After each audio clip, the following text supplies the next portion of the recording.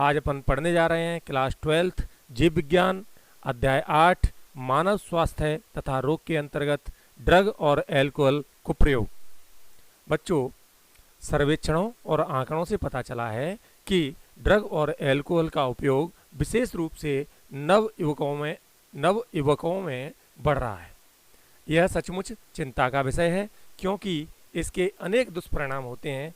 समुचित शिक्षा और मार्गदर्शन से नव युवक इन खतरनाक आदतों से अपने आप को बचा पाएंगे और स्वस्थ जीवन शैली अपनाएंगे। आमतौर पर जिन ड्रगों का प्रयोग किया जाता है वे हैं ओपियोइड्स, कैनेबिनॉइड्स और कोका एल्केलॉइड्स। ओपियोइड्स, कैनेबिनॉइड्स और कोका एल्केलॉइड्स, इनमें से अधिकांश पुष्पी पादपों से प्राप्त किए जाते हैं और कुछ ऐसे भी हैं जो कवकों से प्राप्त किए जाते हैं। ओपियोइड्स ऐसे ड्रग हैं जो हमारे केंद्रीय तंत्रिका तंत्र और जठरांत्र पथ में मौजूद विशिष्ट ओपियोइड ग्राहियों से बंध जाते हैं। आमतौर पर स्मैक के नाम से मशहूर हीरोइन रासायनिक रूप से डाई एसिटिल मॉर्फिन है। क्या है? हीरोइन क्या है? डाई एसिटिल मॉर्फिन है, जिसे अपन आमतौर से क्या कहते हैं? स्मैक कहते हैं। यह एक सफेद, गंधहीन, तीखा, रवेदार यौगिक होता है। यह मॉर्फिन के एसिटिलीकरण से, किससे? मॉर्फिन के एसिटिलीकरण से प्राप्त होता है। यह पोस्त के पौधे से, जिसका वैज्ञानिक नाम या बॉटनिकल नाम है पेपेवर सोमनिफेरस, उसके लेटेक्स से प्राप्त किया जाता है। किससे प्राप्त किया जाता है? पोस्त के पौधे या पेपेवर सोमनिफेरस के लेटेक्स से प्राप्त किया जाता है। आमतौर पर हीरोइन नाक द्वारा जोर से सांस लेकर या टीके द्वारा ली जाती है। यह एक अवसादक या डिप्रेसेंट और शरीर के प्रकार्यों को धीमा करने वाला पदार्थ है। कैसा है? अवसादक है, शरीर के सभी कार्यों को धीमा कर देता है, रिलैक्स कर देता है शरीर को धीमा। इसके पौधे को अपन देख सकते हैं। ये पोस्त का पौधा है, अफीम का पौधा, और ये मॉर्फिन का रासायनिक सूत्र है, रासायनिक संरचना है, सॉरी, इसे देख सकते हैं अपन। अब बात आती है कैनेबिनॉइड्स की। कैनेबिनॉइड्स रसायनों का एक समूह है जो मुख्य रूप से मस्तिष्क में मौजूद कैनेबिनॉइड ग्राहियों से पारस्परिक क्रिया करते हैं। प्राकृतिक कैनेबिनॉइड्स कैनेबिस सैटाइवा पौधे के पुष्पक्रम से प्राप्त किए जाते हैं। किससे प्राप्त किए जाते हैं? कैनेबिस सटाइवा नामक पौधे से। कैनेबिनॉइड्स किससे प्राप्त किए जाते हैं? कैनेबिस सटाइवा नामक पौधे के पुष्पक्रम से प्राप्त किए जाते हैं। ठीक है। अब तुमने नाम सुना होगा कई चीज़ों का, जैसे नाम सुना होगा तुमने मैरिजुआना, हशीश, चरस, गांजा। ये वास्तव में क्या है? ये जो भांग होता है ना, भांग का पेड़, भांग के पेड़ के फूलों के शीर्ष, पत्तियां और रेजिन या राल, इनके विभिन्न प्रकार के संयोजन, मतलब इनको तरह तरह से मिलाकर क्या क्या बनाया जाता है? मैरिजुआना बनाया जाता है, हशीश बनाया जाता है, चरस बनाया जाता है, गांजा बनाया जाता है। ये सब क्या है? मादक पदार्थ हैं। आमतौर पर जो मादक पदार्थ अंतः श्वसन द्वारा, मतलब सांस के साथ लिए जाते हैं या मुंह के द्वारा खाए जाते हैं, वो मादक पदार्थ क्या करते हैं?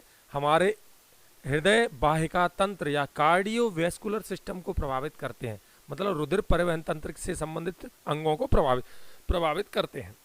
अब अपन देख सकते हैं कैनेबिस सटाइवा या भांग के पौधे की पत्तियां कैसी दिखती हैं। कैनेबिस सटाइवा या भांग के पौधे की पत्तियां और कैनेबिनॉइड की आणविक संरचना को अपन यहाँ पे देख सकते हैं।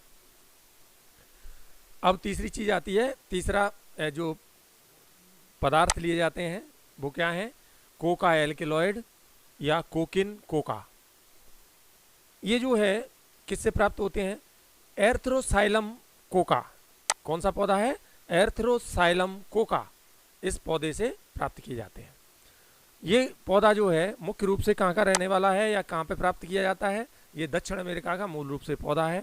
और ये जो कोका एल्केलॉइड होते हैं वो क्या करते हैं? वो हमारे तंत्रिका प्रेषक या न्यूरोट्रांसमीटर के डोपामिन के परिवहन में बाधा डाल देते हैं।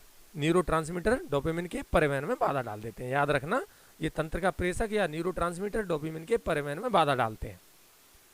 कोकेन जो होते हैं, जिसे आमतौर पर कोक या क्रेक भी कहा जाता है, प्राय जोर से सांस द्वारा अंदर खींचे जाते हैं। फिल्मों में देखा होगा तुमने, नाक के पास लगा के एकदम खींचा जाता है उन्हें। इसका केंद्रीय तंत्रिका तंत्र पर जोरदार असर होता है और ये एक स्टिमुलेटिंग या उद्दीपक की तरह कार्य करता है, जिससे व्यक्ति को सुख का आभास होता है, जिसे क्या कहते हैं, सुखाभास या यूफोरिया कहते हैं। क्या कहते हैं? सुखाभास या यूफोरिया। इसमें क्या होता है, शरीर में ऊर्जा में वृद्धि की अनुभूति होती है। होता कुछ नहीं है, अनुभूति होती है केवल। ऐसा महसूस होता है कि हम बड़े आनंद में हैं, हमारे शरीर में बहुत एनर्जी है, ऐसा महसूस होता है। कोकेन की अत्यधिक मात्रा से विभ्रम या हेलुसिनेशन हो जाता है। विभ्रम मतलब भ्रम पैदा हो जाता है। अन्य प्रसिद्ध पादप जिनसे विभ्रम पैदा करने का गुण होता है जिनमें, उनमें एक मशहूर है एट्रोपा बेलाडोना और धतूरा। कुछ ऐसे पादप जो विभ्रम पैदा करने का काम करते हैं वो क्या है? एट्रोपा बेलाडोना और धतूरा। आजकल कुछ खिलाड़ी भी कैनाबिनॉइड्स का दुरुपयोग करते हैं और क्या करते हैं, इनको नशा कर लेते हैं और इनके शरीर में स्फूर्ति आ जाती है, जिससे ये क्या करते हैं, दौड़ते हैं, खेलते हैं और शरीर को थकान भी महसूस नहीं होती। लेकिन ये हानिकारक है, ठीक है, जिससे कई लोगों की, कई खिलाड़ियों की मौत तक हो गई है। इनका नशा कर लिया और दौड़ते गए, शरीर को महसूस नहीं होता और मौत तक हो जाती है। तो ये खराब चीज़ें हैं।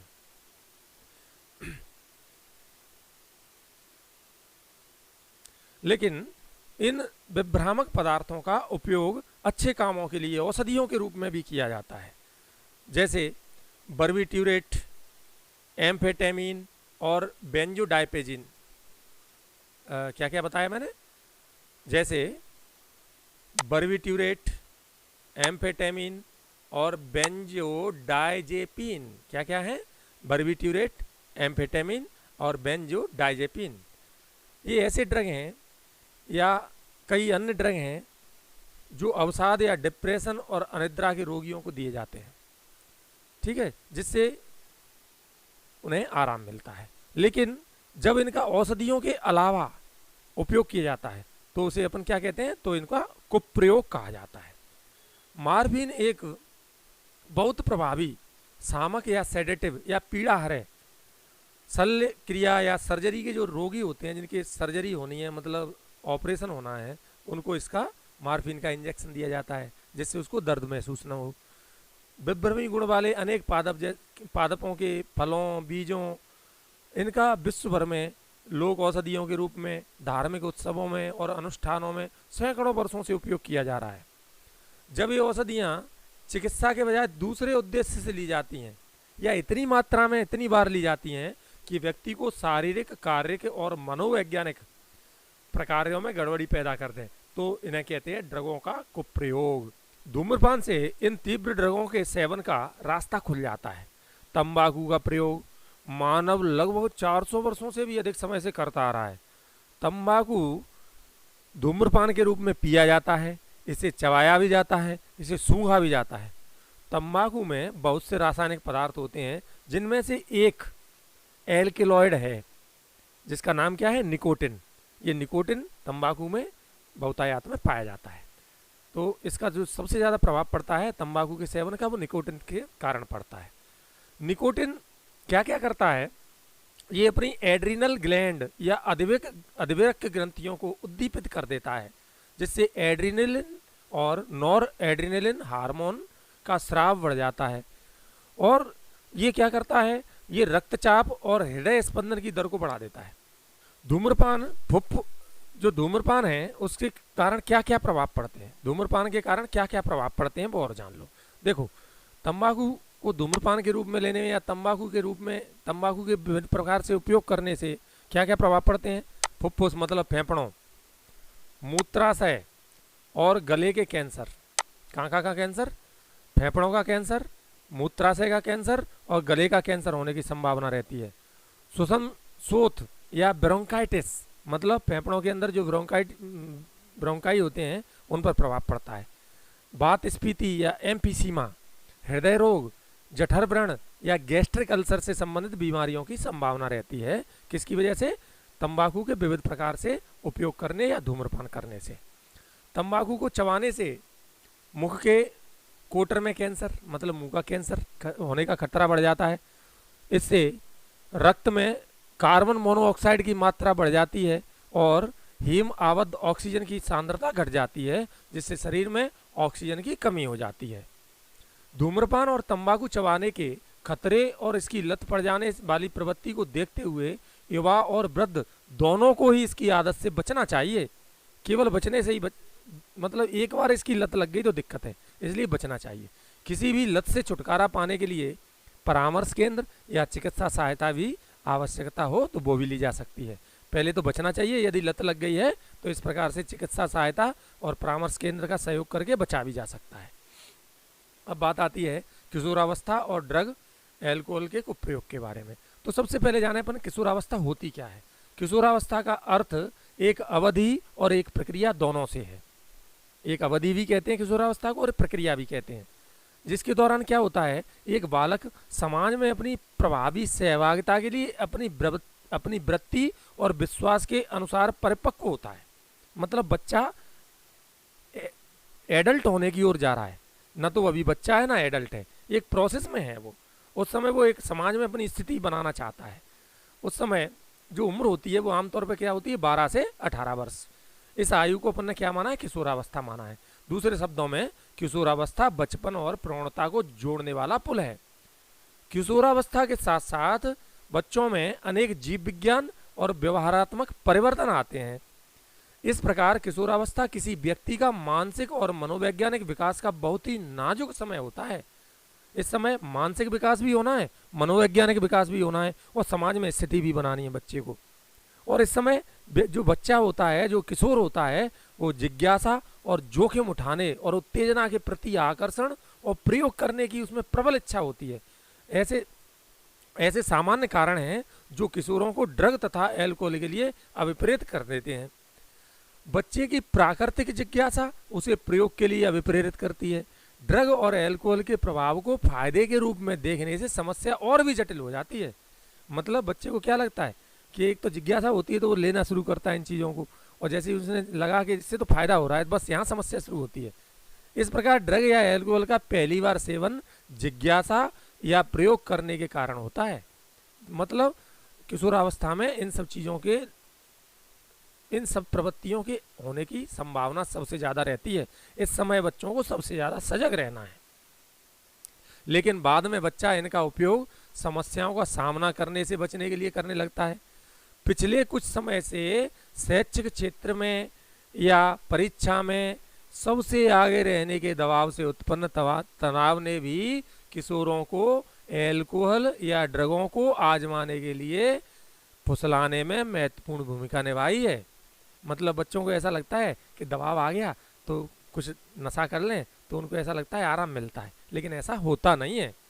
युवकों में यह बोध भी कि धूम्रपान करना, ड्रग या एल्कोहल का उपयोग व्यक्ति के ठंडा या प्रगति का प्रतीक है। मतलब व्यक्ति कैसा जोशीला है या ठंडा है, नशा करता है तो जोशीला है, ऐसी प्रवृत्ति की वजह से क्या होता है, ये आदत की शुरुआत होती है। तो ऐसी प्रवृत्ति से बचना है। इस बोध को बढ़ावा देने में टेलीविजन, सिनेमा, समाचार पत्र, इंटरनेट, इनने भी बहुत सहयोग किया है। फिल्मों में देखते हैं हीरो सिगरेट पीते हुए दिखता है तो बच्चों को लगता है हम भी पिए। तो ये सब चीज़ें गलत आदतें इनसे भी पड़ती हैं। किशोरों में ड्रग और एल्कोहल के कुप्रयोग के अन्य कारणों में क्या कारण हो सकते हैं? अन्य परिवार के ढांचे में अस्थिरता, मतलब जैसे मम्मी पापा में घर में लड़ाई चल रही है, माहौल ख़राब है, या घर में कोई एक दूसरे को सहायता देने को तैयार नहीं है, या मित्रों का दबाव है, या कुछ चीज़ों का अभाव है। इन सब से भी किशोरों में इन सब लत पड़ने की संभावना रहती है, तो इससे भी बच के रहना है। अब बात आती है व्यसन और इनकी निर्भरता के बारे में। यह समझ कि ड्रग लाभकारी हैं, इन्हें बार बार लेने का सबसे बड़ा कारण है। सबसे महत्वपूर्ण बात यह है कि एल्कोहल और ड्रग की अंतर्निहित व्यसनी प्रवृत्ति ये क्या होती है? ये होती है कि एक बार लिया तो इसको बार बार इच्छा होगी। अंतर्निहित व्यसनी प्रकृति होती है, लेकिन व्यक्ति इस बात को समझ नहीं पाता है, तब तक उसको लत लग जाती है। तो मतलब एक बार ले लिया तो लत लग जाती है। इस अंतर्निहित व्यसनी प्रवृत्ति से बचना है।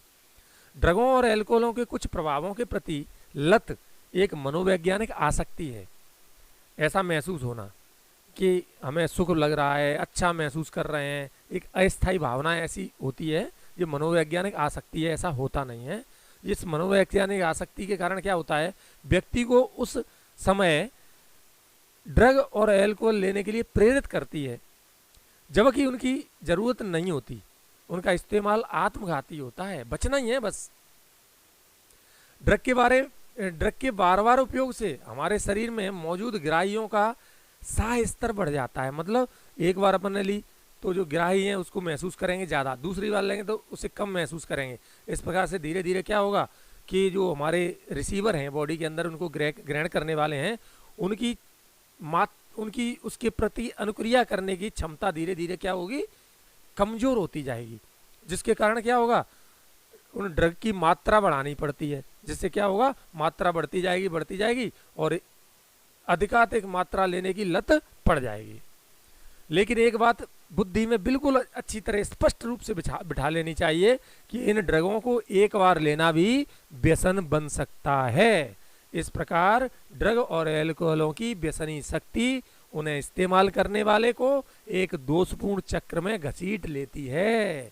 इसलिए सबसे महत्वपूर्ण है इससे बचना, जिससे इनका नियमित सेवन करने लगते हैं और इस चक्र से बाहर निकलना उनके बस में नहीं रहता है। इसलिए सबसे पहले दूरी बनाए रखें, उचित दूरी बनाए रखें। किसी मार्गदर्शन या परामर्श के अभाव में व्यक्ति व्यसनी बन जाता है और उनके ऊपर आश्रित होने लगता है। ठीक है। निर्भरता शरीर की वृत्ति है जो ड्रग और एल्कोहल की नियमित मात्रा अचानक बंद कर दिए जाने पर अविलक्षणिक और अप्रिय विनिवर्तन संलक्षण या विड्रॉवल सिंड्रोम के रूप में व्यक्त होती है।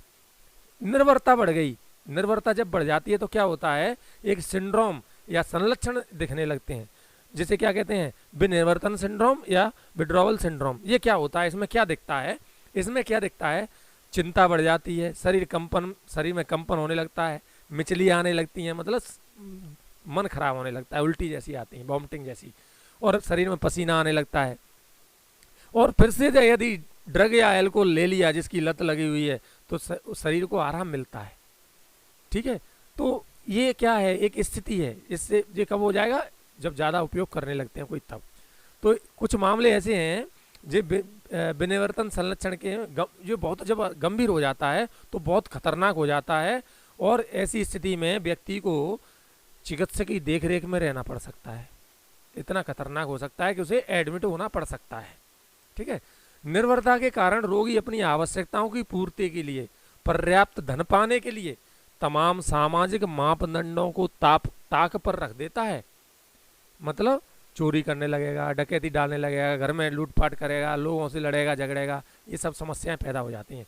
इनसे उसकी सामाजिक समायोजन संबंधी समस्याएं उत्पन्न हो जाती हैं। अब बात आती है ड्रग और एल्कोहलों के कुप्रयोग के प्रभाव। ड्रग और एल्कोहलों के तात्कालिक प्रतिकूल प्रभाव क्या क्या पड़ते हैं, अंधाधुंध व्यवहार, बर्बरता और हिंसा के रूप में व्यक्त होते हैं।